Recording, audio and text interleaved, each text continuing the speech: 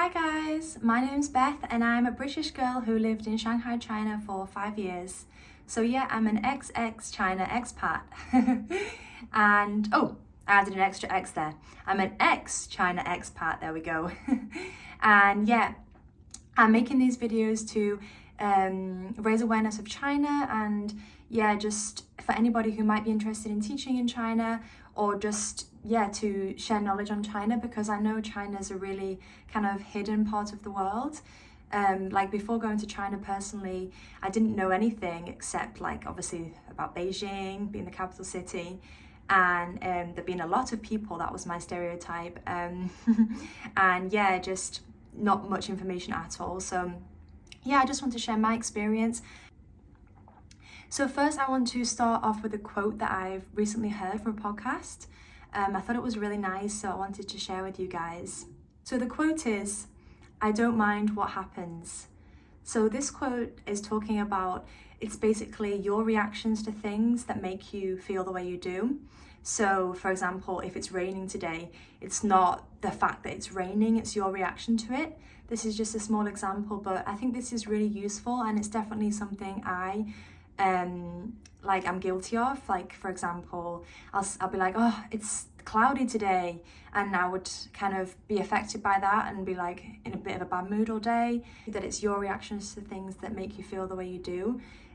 So yeah, just try and remember that the next time something makes you feel a certain way. Obviously nobody's perfect, and you're allowed to feel how you do feel about certain things, but just try to remember that things don't control you and the way you react to them. Yeah, I just thought I'd share that little bit of insight. Obviously take it with a pinch of salt, but it might be helpful to you and hope you like it like I did. As this is a new channel, I really appreciate it if you could like, subscribe, comment. I'm really excited to receive my first comment and connect with you guys. Yeah, please let me know in the comments if you find this video useful. And yeah, just tell me about you, where you come from, why you're watching this video, did you gain anything from it? I'd really love to connect with you all. So today's video is actually going to be about the benefits of teaching English in China. I want to talk about my experience, including the schools I worked at, the holidays, the highlights of my China experience. So yeah, I hope this video will prove useful and you can see the really amazing opportunities that can come your way if you do decide to teach English in China. The key benefit of teaching in China and why a lot of people do choose to do it is the money. You can make a really big amount of money in China. My experience first. So when I first went to China in 2018, I went with a company called the China Teaching Experience, but it's now called Travel Grad. I really can't recommend this company enough. I'll talk to Andrew, who's the boss of this company, and obviously mention about maybe tagging him and things like that, because I had the best experience with Travel Grad, which is now known as Travel Grad. Yeah, I was kind of apprehensive because I know some companies scam you, they take you out to work in another country, and yeah, like everything they tell you is a lie, like the pay is not what you really get, the conditions are not the same. But I can honestly say with Travel Grad, it was as it was sold online. I had really good communication from being in England to arriving in China, and Andrew made the process of moving to China much more comfortable and yeah, less scary, let me say, because it's a big change going from England to China. I'd never been to Asia at that time, so yeah, I was really apprehensive. So anyway, when I first got to China, I was working in a public school. I was teaching grade 1, grade 2 and grade 3, so around 6 years old to 9. So for this job, I would just go into a class, teach a lesson. It depended on the age range, but maybe the minimum time was about 20-30 minutes. The maximum time was about 50 each lesson. And I was the only foreigner in the school, so I would just have my own office, and then I'd just go into the class, teach the class, go to the next class. The advantages of this kind of school is that you have a lot of free time. Yeah, you're not with the children all day, so like I had a lot of office hours. In terms of lesson planning, it's really fast once you get the hang of it. So you might spend a bit of time at the beginning, but then when you get into the swing of things, you know how to plan a class fast. so you have a lot of free time, which personally I didn't utilize that much. I don't want to be too hard on myself because moving to a new country is a big thing, and especially, like I said, going from Europe to Asia when I'd never been to Asia before. But yeah, I think at the beginning I kind of was just taking it easy, which is okay. You know, like, I'm not gonna say I regret it, but maybe just in terms of giving advice to you guys, if you did, this is another point I'll come on to, but if you did use your free time to learn Chinese from the beginning, I think that would be really helpful, and that's something that looking back now, I would have done differently. So let me stay on track now. So that was my first school. I got 6 weeks summer holidays, maybe even more actually, maybe about 8 because they had exams. So I wasn't paid, but I was just so happy to have a holiday that long. So in that holiday, in the 8 weeks holiday, I went to Thailand for a month, more than a month, and I went to Cambodia for about a week and a half. So yeah, I had a really amazing summer that first year in China. So blessed to be able to live that lifestyle and yeah, just have that long of a holiday. Like, I don't think I'll ever get that long a holiday again, obviously, unless I have a baby or something. But yeah, that's a really big advantage of working in a public school. But on the other hand, there's this disadvantage of that is the pay. When you first move to China and you don't know Chinese, you don't know about how the industry works, they do pay you really low. So I was on, I'll obviously do the conversions later, on the top of my head, I think I was on around £1,200 a month. I'll just put it on the screen or down below, the correct amount, because I haven't calculated it yet, but I'll do that soon. So let's say roughly £1,200 a month. It was actually not bad, and my rental the first year was £300 or £200. I was living with another boy who came to China with me, the same company, so we halved the rent. Overall, I would say that experience was good in terms of holiday. The pay, not so much, but like I said, when you first go to China, you don't know how much to kind of aim for and what you should be getting, and obviously you've not got any experience. At least I didn't, because I was just TEFL qualified. I hadn't taught in the UK before. Tea break. When I went to Japan and yeah, South Korea, this is the kind of vibe in the coffee shops. I think it's so cute. It's for my brother for Christmas. Hope you guys like it too. And I've still got my Christmas nails on. I've literally had them on for about 3 weeks, so I need to get them off or get them changed. School 2, I was still with the same company. So like I said, I went with Travel Grad to China, but then when you get to China, you change to another organization. Then I moved to kindergarten actually. So I was working, let me remember now, because this was also a long time ago. I was working, maybe I had around 4 classes a day, probably 20 to 30 minutes each. I had my own office and the children would come, well, it was actually a classroom, and the children would come to my class and have the lesson and then go back. So again, I wasn't really that tired. I had lots of free time because I wasn't with the children all day. And like I said, use this time to do something productive. It will really be beneficial for you.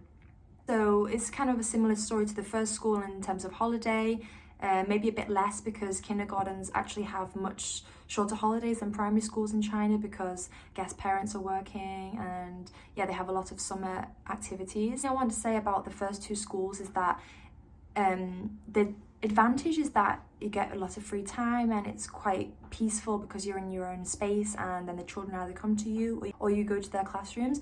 But the disadvantage is you kind of stay isolated, and because you're the only foreigner in the school, some people might be nervous to talk to you or just not used to interacting with foreigners.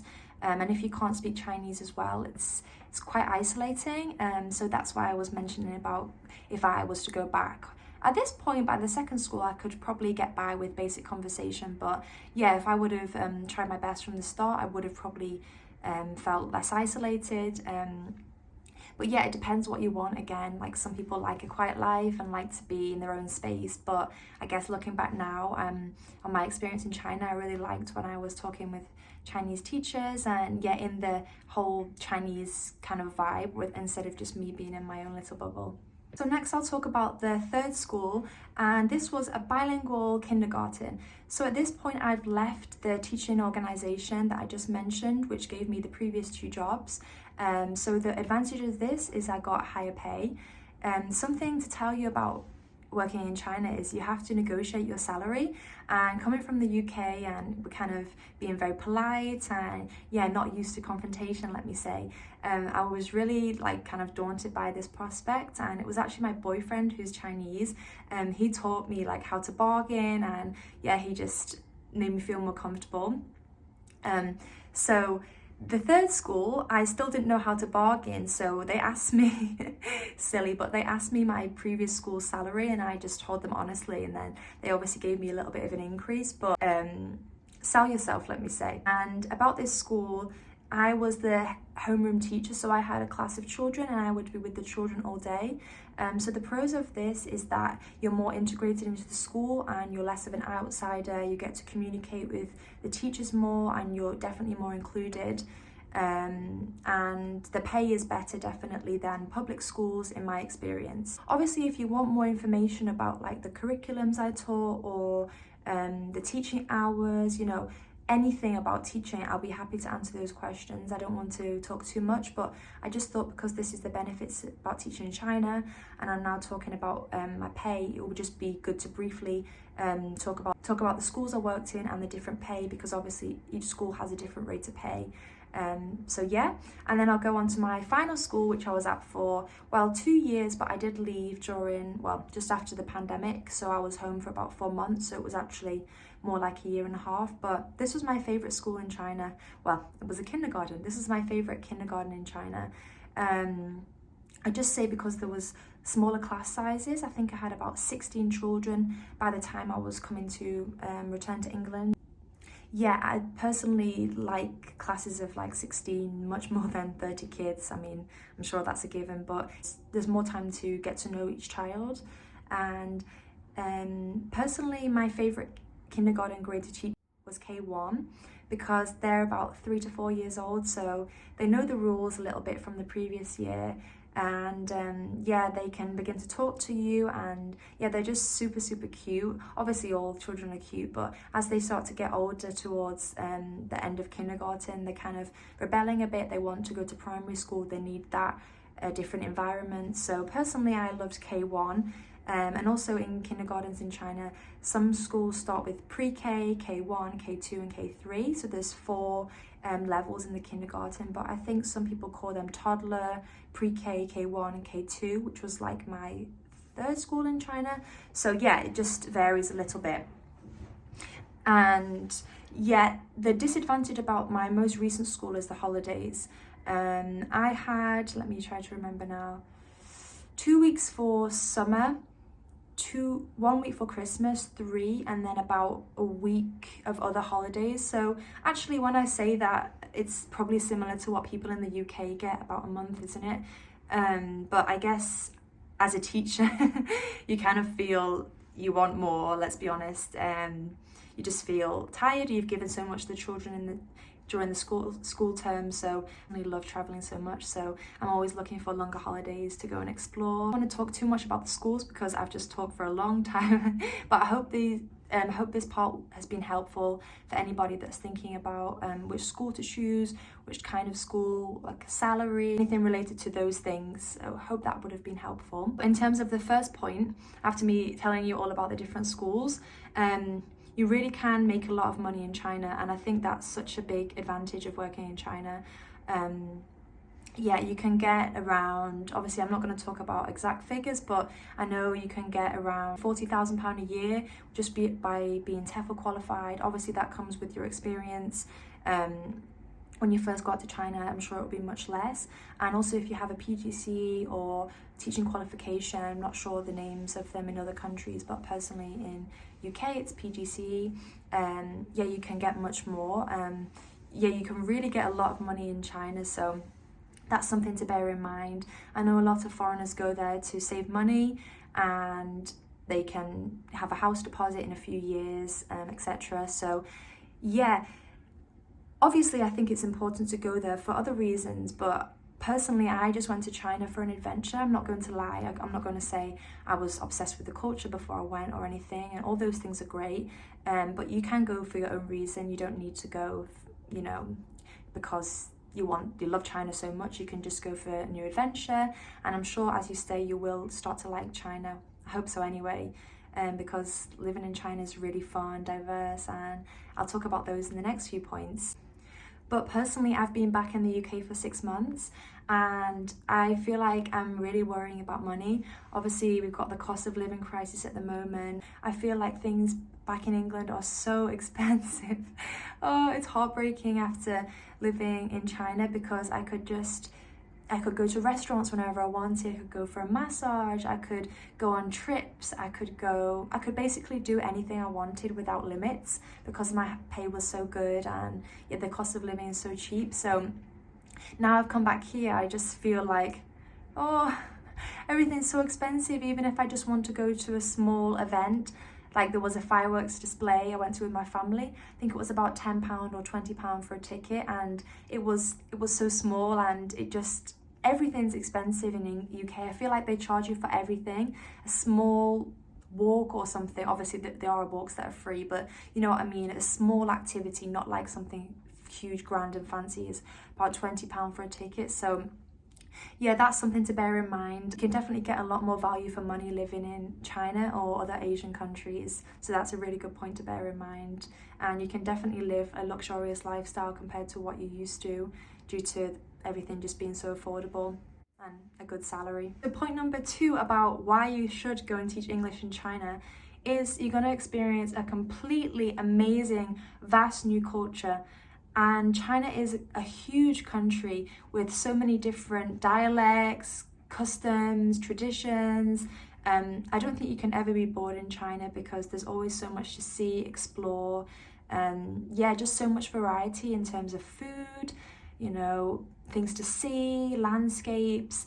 I've personally seen mountains in China, I've seen beaches, I've seen pandas, so many more amazing things. I'll be including some footage from my time in China in the videos, and also I do have a couples channel with my boyfriend. It's called 英国贝丝, which means England Beth or English Beth. And I'll write the Chinese characters in the description, and hope you can check that out if you want to see. Instead of just me talking about my life in China, you can actually see footage and see for yourself. So I hope that will be useful for you. Yeah, so in terms of the diversity, also a key point here is learning Chinese is definitely really valuable for you. It's going to give you so many opportunities, whether you stay in China, in terms of communicating with the locals, learning a new way of thinking, challenging your brain. The list is endless, really. And then if you do decide to go back to your home country after however long, you've definitely got a skill that makes you really attractive to employers, because Mandarin is spoken by, I think it's half of the population I saw. So yeah, really, for example, I've come back to England and I'm always hearing Mandarin, let me say, because I learnt Mandarin, always hearing Mandarin around me. I actually surprised 2 girls when I was buying a Christmas present for my sister. They were looking at Pandora earrings, and they were talking in Chinese, like, oh, which colour should I get? Then I just turned to them and I was like, oh, 我在买, 你可以买, 很漂亮, which means, oh, I'm buying it, you can buy it too, it's really nice, really pretty. And they're, oh, 你会讲中文? Wow. And then they asked, which means, oh, you can speak Chinese. Then they asked me lots of questions about, what I'm doing, why I was in China, and yeah, the faces, they were so shocked, is really nice. So you can definitely surprise a lot of people. I'm not sure if you've seen the popular videos by like Xiaoma NYC and Blondie in China and Oriental Pearl. There's a lot of vloggers who I really like to watch. They go and surprise Chinese people by speaking Chinese. So I think even if you learn the basics, 你好, hello, 谢谢, thank you, just things like that, they will be like, wow, 你的中文好好呀, which means, wow, your Chinese is really good. They really like to make you feel special and compliment you when you speak even the most basic Chinese.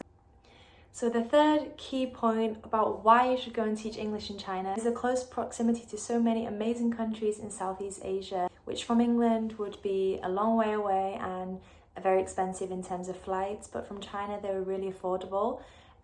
So yeah, you'll get to experience so many amazing countries close by, and the main thing is that it's so affordable to travel to these countries as well, compared to Europe where it's very expensive. So yeah, that's something to bear in mind if you're like me and love travel. You'll get to do a lot of traveling, and for a much better rate than you would in Europe. Confidence building is another important issue that can't be ignored. Personally, when I was at university, I was really shy. I would try my best to avoid presentations, and I would always volunteer to kind of do the background work, like make the presentation instead of presenting it. I'd always find a way to not public speak. But obviously moving to China and being a teacher, I had to face that fear. I remember the first time I stood up in Beijing, I was teaching a class about geography, which is definitely one of my weakest subjects. So before the lesson, I was quickly researching, and yeah, I was like shaking, and the teacher was like, oh, slow down, but you're doing a really good job. So yeah, I definitely have grown a lot in terms of confidence and public speaking, which I think is a really useful skill to have in this day and age, for job opportunities, for general growth. Linking to this, you can meet friends from all over the world. Shanghai is a really diverse, multicultural, exciting metropolitan city. That's where I was based personally. I chose to live there because I wanted a Western influence as well, and to feel a bit homely. You know, if I wanted to have Western food, pizza, I could go and find it. I did live in the suburbs for the first 2 years, but personally I didn't enjoy it too much. I was always making my way downtown to meet friends or to go to restaurants. So personally, my advice is that if you do want that Western feel, you can move to the city centre in Shanghai. Rental, it's just basically about convenience, isn't it? You save time and energy. So thank you so much for watching, guys. I hope this little video has maybe inspired you to think about going to teach in China. Alternatively, you can get TEFL qualified and teach in so many different countries: Thailand, Vietnam, South Korea. Even you can go to Australia now with the travel grad company I went with. I saw their post. There's just lots of opportunities. I would say though, China is known to be one of the best paid countries, so that's something to bear in mind if saving money is your main goal. I've shed some light into the amazing opportunities that teaching English in China can bring. Please let me know in the comments down below, you know, like I said at the beginning, tell me about yourself. Would you ever go to China? If yes, why? If no, why not? Can I help you with anything? Obviously I really want to get your guys' input into this channel, so please tell me what you'd like to see, what you'd like to hear about, an experience you want me to share. Yeah, thank you so much, guys. And it's going to be about the negatives of teaching English in China, or the limitations, the other side of the coin. So yeah, I'm going to share the other side of the story, and then you'll get a whole rounded view of what teaching English in China is like. Yeah, thank you so much for being here, guys. See you next time. Bye.